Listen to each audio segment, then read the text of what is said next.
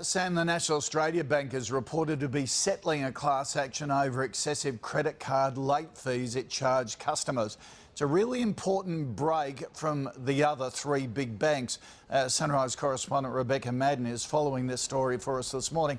Now, Beck, thousands of NAB card holders could benefit from this settlement.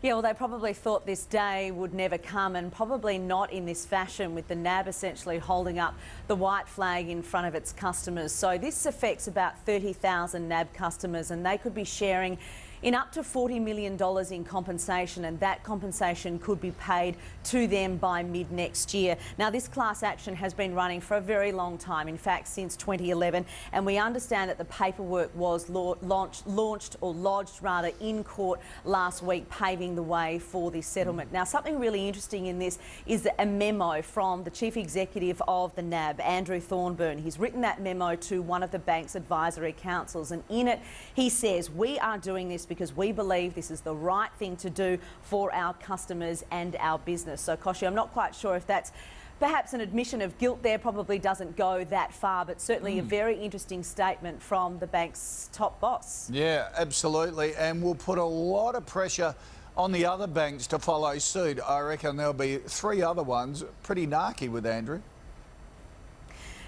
Yeah, perhaps so. This is really interesting, isn't it? And it's the most immediate thing that you think when you understand what the NAB is going to do here. Is this going to be setting up a precedent for the other banks to follow suit? Something that's quite fascinating, and what not a lot of people may understand, is that there's up to or more than 7 current legal actions and class actions in court at the moment involving all 4 big banks in Australia, and in fact one is very imminent. A decision on an ANZ one is imminent, involving those late credit card fees. So it's going to be very interesting to watch, as you say, Koshi, as to how the other big bank bosses are going to respond to this, and indeed if customers are going to be putting pressure on their own banks. Yep, absolutely. It's all based around contract law, which the argument says you can't make a profit out of charging a late fee. You can charge a late fee to cover the cost of retrieving the money, but you can't make a profit out of it. And the claim is that the big banks have been making a profit.